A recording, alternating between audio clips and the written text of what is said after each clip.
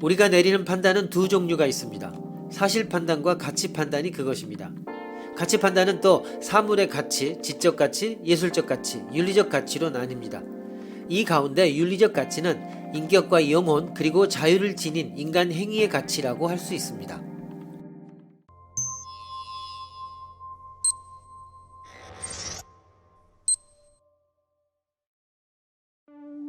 많은 사람들은 도덕이 인간적인 것의 필수 조건이라고 생각한다.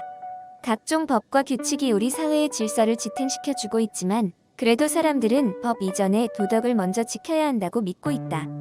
그렇다면 우리는 왜 도덕적인 삶을 살아가는가? 왜 인간은 도덕적인 삶을 지향하는가? 사람들이 왜 도덕적으로 행위하는가?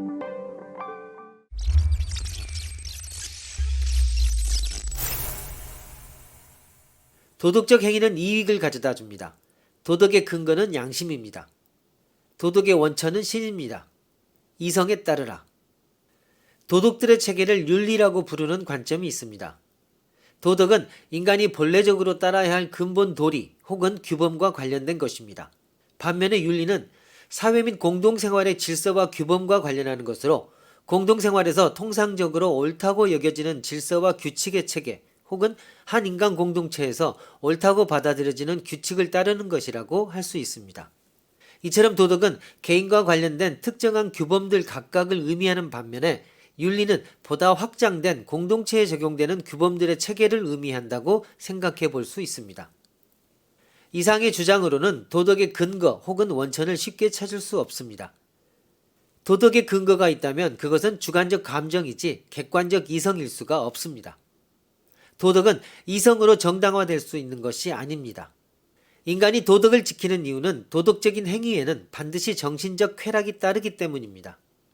그러나 정신적 쾌락이 있는 모든 행위가 도덕적인 것은 아닙니다. 즉, 느낌 또는 감정이 도덕의 근거를 설명하는 후보가 됩니다. 그것은 도덕 감정이라는 기분이다 라고도 이해할 수 있습니다.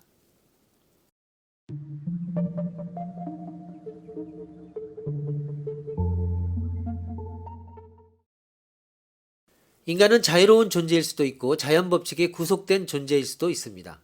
그러나 인간의 도덕성과 윤리학은 인간이 자유로운 존재일 것을 요구합니다.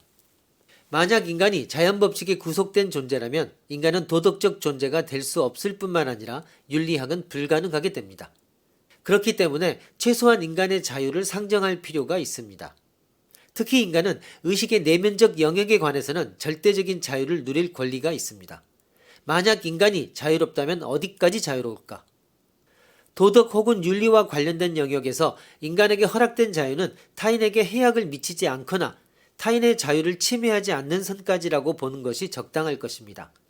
모든 인간은 타인의 자유를 침해하거나 타인에게 해악을 미치지 않는 한 기호를 즐기는 자유, 목적을 추구하는 자유를 누릴 권리가 있습니다.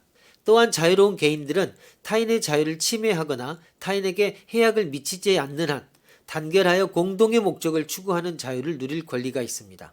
어떤 개인이나 단체의 자유를 제약할 수 있는 유일한 경우는 그 개인이나 단체의 자유 행사가 다른 개인 혹은 개인들의 자유를 침해하거나 그들에게 해악을 미치는 경우에 한정됩니다.